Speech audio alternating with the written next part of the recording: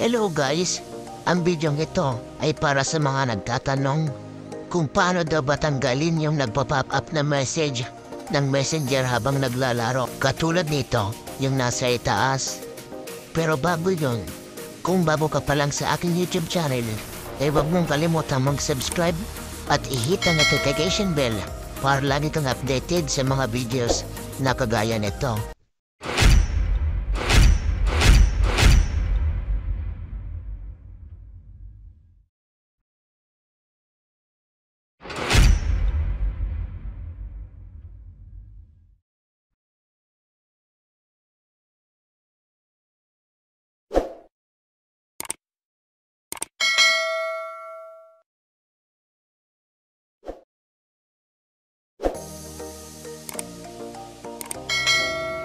Una, punta tayo sa settings.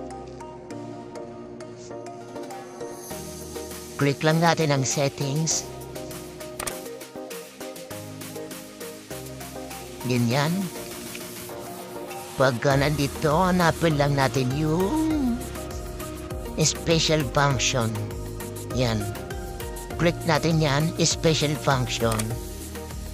Then, pag nandito naman, ang hahanapin natin is itong game mode.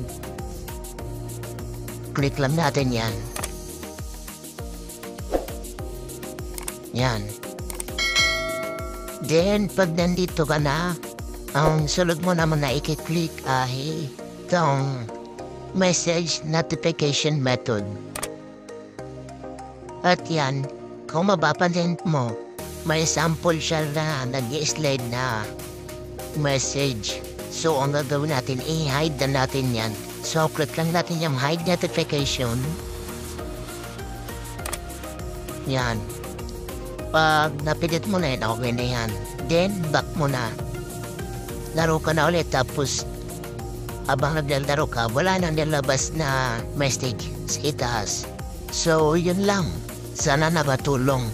Maraming salamat sa panonood.